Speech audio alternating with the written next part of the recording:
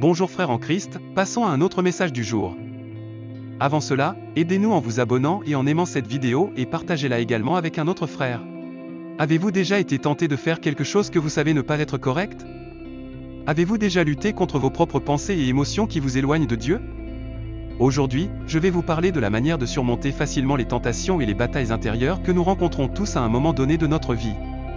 Commençons. La tentation est quelque chose qui nous poursuit constamment et qui peut avoir des conséquences négatives sur notre relation avec Dieu et avec les autres. La Bible dit dans Jacques 1h15 que « Chacun est tenté lorsqu'il est attiré et séduit par son propre mauvais désir, alors le désir, ayant conçu, engendre le péché, et le péché, une fois consommé, produit la mort. » Cela signifie que la tentation est le premier pas vers le péché, et que le péché nous éloigne de Dieu, nous conduisant à la mort spirituelle. Mais comment pouvons-nous résister à la tentation et éviter de tomber dans le péché? La réponse réside dans la connaissance de la parole de Dieu et dans la prière. Ce sont les deux armes les plus puissantes que nous avons en tant que chrétiens pour combattre les tentations et les luttes intérieures qui nous affligent. Voyons comment elles fonctionnent. La connaissance de la parole de Dieu est essentielle pour savoir ce que Dieu attend de nous et ce qui est bon ou mauvais pour nous. La Bible est la source de vérité et de sagesse qui nous guide et nous enseigne à vivre conformément à la volonté de Dieu. Le psaume 119, 11 dit « J'ai gardé ta parole dans mon cœur, pour ne pas pécher contre toi ». Cela signifie que, si nous mémorisons et méditons sur la parole de Dieu, nous pourrons nous en souvenir lorsque nous serons tentés, rejetant ainsi le mal et choisissant le bien. La prière est le moyen de communiquer avec Dieu, de lui demander son aide et sa grâce pour vaincre les tentations et les luttes intérieures. La prière nous fortifie et nous donne la paix, nous rendant conscients de la présence de Dieu dans nos vies et nous permettant de recevoir son pardon et son amour. Dans Matthieu 26, 41, Jésus nous instruit « Veillez et priez, afin que vous ne tombiez pas en tentation, l'esprit est bien disposé, mais la chair est faible. » Cela signifie que, si nous prions fréquemment et sincèrement, nous serons vigilants et prêts à résister à la tentation, comptant sur la puissance du Saint-Esprit qui habite en nous. Il est également important de savoir qu'il existe une guerre spirituelle entre le royaume de Dieu et le royaume des ténèbres, et que vous en faites partie, que vous le vouliez ou non. La Bible dit dans Éphésiens 6h12 que « Nous n'avons pas à lutter contre la chair et le sang, mais contre les principautés, contre les pouvoirs, contre les dominateurs de ce monde de ténèbres, contre les esprits méchants dans les lieux célestes. » Cela signifie qu'il existe des êtres spirituels maléfiques sous le commandement de Satan, l'ennemi de Dieu et de tout ce qu'il aime, y compris vous. L'objectif de Satan est de voler, tuer et détruire tout ce que Dieu a créé et planifié pour votre vie, Jean 10h10. L'une des façons dont il le fait est d'attaquer votre esprit, en utilisant des stratégies pour influencer vos pensées, sentiments et décisions, vous éloignant de Dieu et de sa volonté pour vous. Il existe de nombreux types d'attaques mentales, mais certains des plus courants sont, premièrement, l'accusation. En plus de semer la culpabilité et l'indignité, Satan utilise l'accusation pour vous éloigner de l'amour et de la grâce de Dieu. Il tente de vous convaincre que vos erreurs passées sont un obstacle insurmontable au pardon divin, alimentant des sentiments de désespoir et d'abandon. Il vous fait croire que vous ne méritez pas la miséricorde de Dieu, et que vous êtes condamné à une vie de souffrance et de punition. Cependant, la vérité est qu'en Christ, il y a pardon et restauration pour tous ceux qui se repentent et croient. Deuxièmement, la tentation, qui se déguise souvent en plaisir. L'ennemi utilise souvent la satisfaction immédiate et temporaire comme l'une de ses armes les plus efficaces pour nous détourner du bon chemin. Il présente le péché comme une option attrayante et sans conséquences apparentes, cachant ainsi sa véritable nature destructrice et les répercussions éternelles qu'il entraîne. Il exploite nos faiblesses et nos désirs charnels pour nous entraîner sur des chemins de rébellion et de désobéissance, nous trompant avec l'illusion que nous pouvons satisfaire nos désirs sans conséquence. Cependant, la réalité est que le péché n'apporte que douleur, séparation et mort spirituelle, la vraie plénitude et la satisfaction se trouvent dans l'obéissance à Dieu. Le doute est un autre outil subtil utilisé pour affaiblir notre foi et notre confiance en Dieu. Il nous bombarde de questions et d'incertitudes, nous poussant à remettre en question la réalité de la présence et du pouvoir divin dans nos vies. Il nous incite à chercher des réponses dans le monde et dans notre propre compréhension plutôt que de faire confiance à la révélation de Dieu à travers sa parole et son esprit. Pourtant, la foi est un acte de confiance en celui qui est fidèle et véritable. Même si des doutes et des questions surgissent en chemin, nous pouvons trouver sécurité et assurance dans la promesse de Dieu qu'il ne nous abandonnera jamais. La peur est un autre outil puissant utilisé par l'ennemi pour nous paralyser et nous maintenir captifs. Elle nous fait craindre l'avenir, l'inconnu et ce qui échappe à notre contrôle, nous volant ainsi la paix et la tranquillité qui viennent de la confiance en Dieu. Elle murmure des mensonges sur notre incapacité à faire face aux défis et obstacles de la vie, semant des graines de doute et de désespoir dans notre cœur. Cependant, la vérité est que Dieu est notre refuge et notre force, un secours toujours présent dans les moments de détresse. En ayant confiance en son amour et en son soin, nous pouvons affronter l'avenir avec courage et espoir, sachant qu'il est avec nous à chaque étape. Le mensonge est aussi une tactique de l'ennemi, qui nous enveloppe dans un voile de tromperie, nous faisant croire que notre valeur et notre identité dépendent de choses temporaires et superficielles. Il nous persuade de penser que notre valeur repose sur notre apparence physique, nos réalisations et notre statut social, alimentant une quête sans fin de validation et d'acceptation externe. Cependant, la vérité est que notre véritable identité se trouve dans notre relation avec Dieu. En tant qu'enfants bien-aimés et rachetés en Christ, nous sommes de nouvelles créatures, libres de vivre dans la plénitude de la grâce et du but qu'il a conçu pour nous. Ce ne sont là que quelques exemples des attaques mentales que l'ennemi utilise contre nous, bien qu'il y en ait beaucoup d'autres. L'important est de savoir qu'elles sont réelles et qu'elles peuvent affecter notre vie spirituelle, émotionnelle et physique. C'est pourquoi nous devons être vigilants et prêts à les repousser. Ce que je vais te dire maintenant est crucial, alors je te demande de bien prêter attention.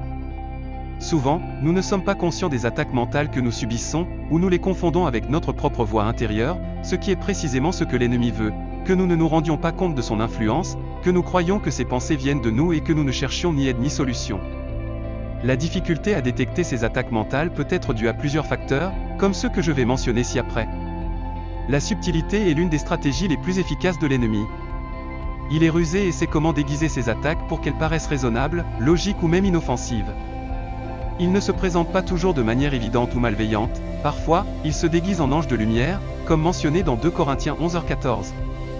C'est pourquoi il est crucial d'examiner nos pensées et nos émotions à la lumière de la parole de Dieu, pour ne pas être trompé par les apparences. Ce passage biblique nous avertit que l'ennemi peut simuler la bonté et la piété pour s'infiltrer parmi les croyants, semant la confusion, la division et l'erreur. Nous devons être vigilants face à ces ruses et comparer tout ce que nous entendons et voyons avec la Bible, qui est la vérité absolue et la norme de notre foi. C'est ainsi que nous pourrons discerner ce qui vient de Dieu et ce qui vient de l'ennemi, et rejeter ce qui ne correspond pas à la volonté divine. La familiarité est un autre outil que l'ennemi utilise. Il connaît notre histoire, notre personnalité, nos goûts et nos faiblesses, et utilise ces informations pour nous attaquer de manière personnalisée et spécifique. Il n'emploie pas les mêmes tactiques pour tout le monde, il adapte ses attaques à chacun d'entre nous. Pour cette raison, nous devons bien connaître qui nous sommes en Christ et ne pas laisser le passé, les circonstances ou les opinions des autres nous définir.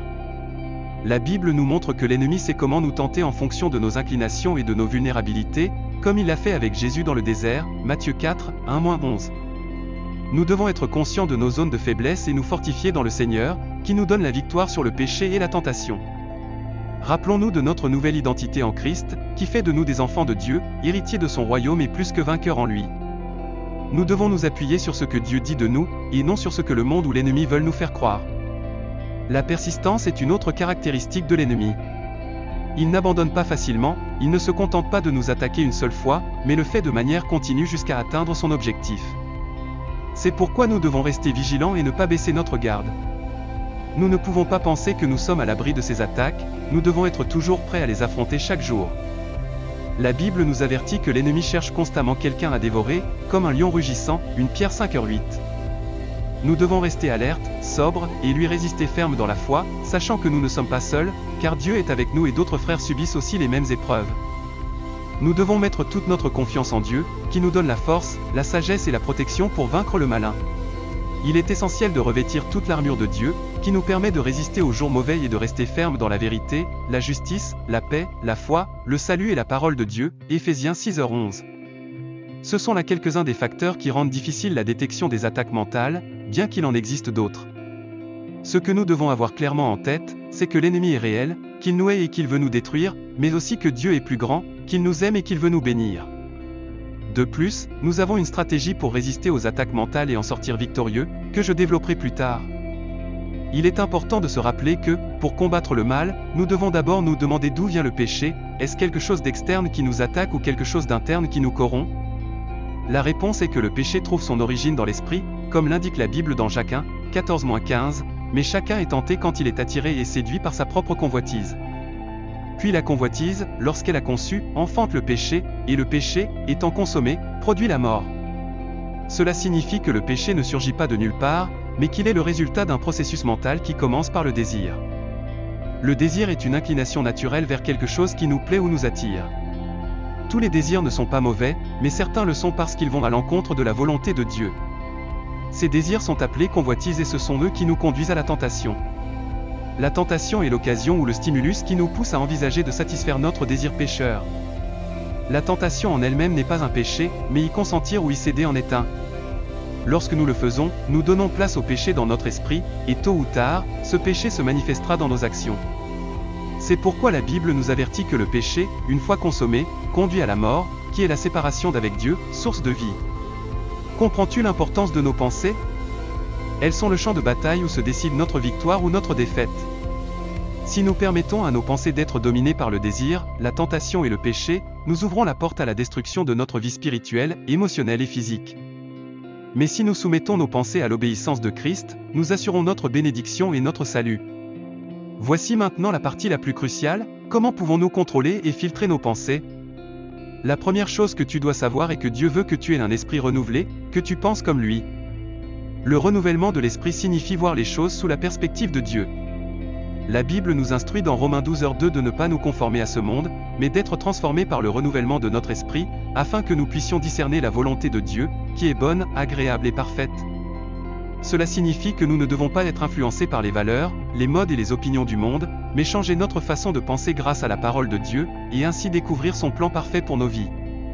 Mais comment pouvons-nous renouveler notre esprit? Quel type de pensée devons-nous avoir? L'apôtre Paul nous donne une piste dans Philippiens 4:8, « Enfin, frères, que tout ce qui est vrai, tout ce qui est honorable, tout ce qui est juste, tout ce qui est pur, tout ce qui est aimable, tout ce qui mérite l'approbation, s'il y a quelque vertu et s'il y a quelque louange, que cela occupe vos pensées. » Ce sont les caractéristiques des pensées qui plaisent à Dieu et que nous devons cultiver dans nos esprits. Examinons chacune d'elles. Premièrement, vrai, penser à la vérité nous aide à avoir une vision claire et objective de la réalité, à distinguer le bien du mal et à agir avec cohérence et responsabilité. Cela nous maintient également en harmonie avec Dieu, qui est la source de toute vérité, et avec sa volonté pour nos vies. En revanche, penser à ce qui est faux nous éloigne de Dieu, nous confond, nous trompe et nous conduit à prendre de mauvaises décisions qui nous nuisent, ainsi qu'aux autres. Deuxièmement, honorable, penser à ce qui est honorable nous aide à être des personnes intègres, dignes de confiance, et à respecter la dignité et les droits des autres. Cela nous permet également d'être en paix avec notre conscience, avec Dieu et avec la société. À l'inverse, penser à ce qui est déshonorant nous rend corrompus, faux, déloyaux et abusifs, générant culpabilité, honte, peur et rejet. Troisièmement, juste, penser à ce qui est juste nous aide à être équitables, impartiaux, raisonnables et à rechercher le bien commun et la justice sociale. Cela nous aligne également avec la loi, la morale et les principes de Dieu. Par contre, penser à ce qui est injuste nous rend arbitraires, partiaux, irrationnels et nous pousse à rechercher des avantages personnels ou de groupe au détriment des autres, ce qui entraîne des conflits, des sanctions et des condamnations. Quatrièmement, pur, penser à ce qui est pur nous aide à être des personnes propres, saintes, innocentes et sans tache. Cela nous maintient aussi en communion avec Dieu, qui est saint et pur, et avec son objectif pour nos vies. À l'inverse, penser à ce qui est impur nous rend sales, pécheurs et contaminés, nous éloignant de Dieu et de son plan pour nous. Cinquièmement, aimable, penser à ce qui est aimable nous aide à être des personnes agréables, cordiales, gentilles et qui favorisent le bien-être et l'harmonie avec les autres.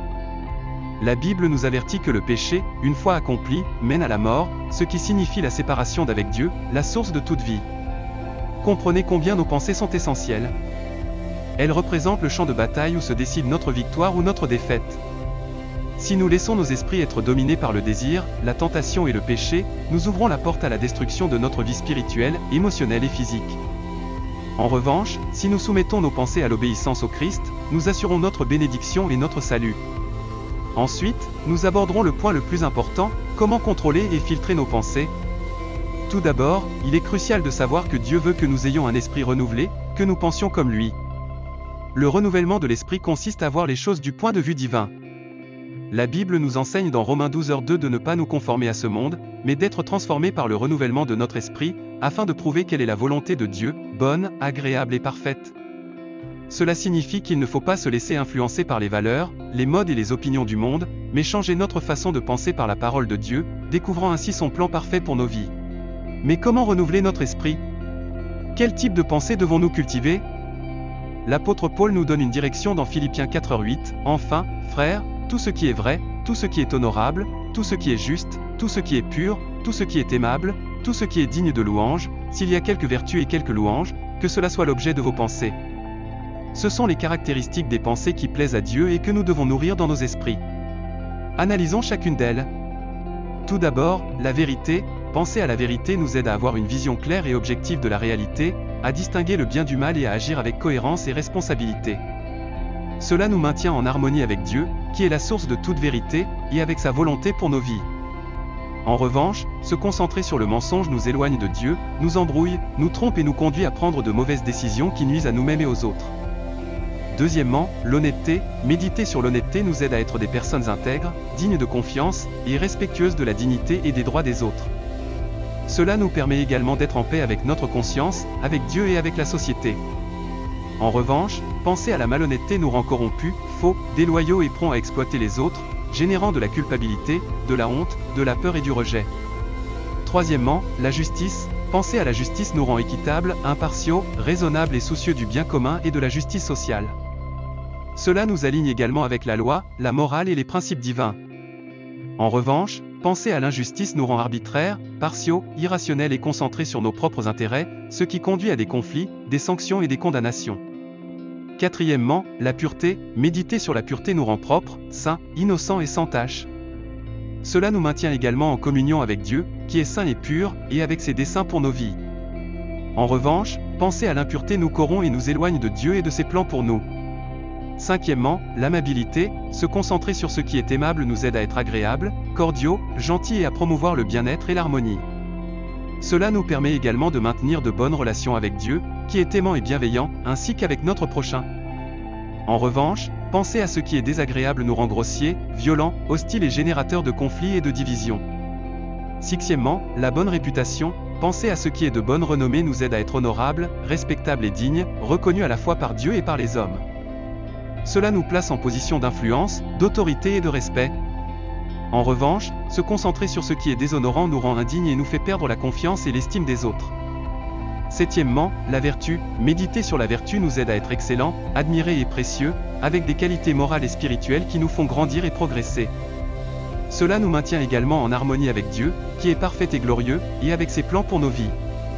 En revanche, penser à ce qui est médiocre nous empêche de grandir et d'être en accord avec le plan divin. Huitièmement, la louange. Penser à ce qui est digne de louange nous rend reconnaissants, dignes d'éloge et conscients de la bonté, de la grandeur et de la souveraineté de Dieu. Cela nous place dans une posture d'adoration et de gratitude. En revanche, se concentrer sur ce qui ne mérite pas de louange nous rend critiques, ingrats et irrespectueux, ce qui nous éloigne de Dieu et nous place dans une attitude de rébellion. La Bible nous enseigne dans Hébreux 4h12 que la parole de Dieu est vivante et efficace, capable de discerner les pensées et les intentions du cœur. Cela signifie que la parole de Dieu a le pouvoir de pénétrer profondément en nous, révélant ce qui se trouve dans nos esprits et nos cœurs, nous confrontant à notre réalité et nous guidant sur le bon chemin. Par conséquent, pour contrôler et filtrer nos pensées, nous devons lire, étudier, méditer et appliquer la parole de Dieu, remplissant notre esprit de sa vérité et rejetant tout ce qui s'y oppose. Nous devons mémoriser les promesses de Dieu, résister aux doutes et aux peurs, prier pour demander la lumière divine et suivre sa direction. De cette manière, nous pourrons soumettre nos pensées au Christ et acquérir l'esprit du Christ, qui cherche à plaire à Dieu en tout, qui est humble et se donne, qui aime et pardonne, et qui ne se vante pas ni ne garde de rancune. L'esprit du Christ, tel que décrit dans Philippiens 2h5, doit être le modèle de nos vies, reflétant le caractère et le dessein du Christ. En alignant nos pensées sur la volonté de Dieu, nous renouvelons notre esprit et transformons notre vie. Grâce au pouvoir de la parole de Dieu, nous pouvons surmonter les tentations et mener une vie sainte et heureuse, glorifiant Dieu et bénissant les autres. Cela nous permet d'expérimenter la paix, la joie et l'amour de Dieu, nous rendant plus que vainqueurs en Christ. Si vous désirez mener cette vie, la bonne nouvelle est que vous le pouvez. Acceptez Jésus comme votre Seigneur et Sauveur. Lui seul peut pardonner vos péchés, purifier votre esprit et transformer votre cœur, offrant une nouvelle vie éternelle. En conclusion de cette vidéo, j'espère que vous avez appris quelque chose de précieux sur la manière de surmonter les tentations et les luttes intérieures. Rappelez-vous que la connaissance de la parole de Dieu et la prière sont des outils puissants pour résister au péché. Utilisez-les donc quotidiennement et approfondissez votre foi. Que Dieu vous bénisse et vous accompagne toujours. Amen.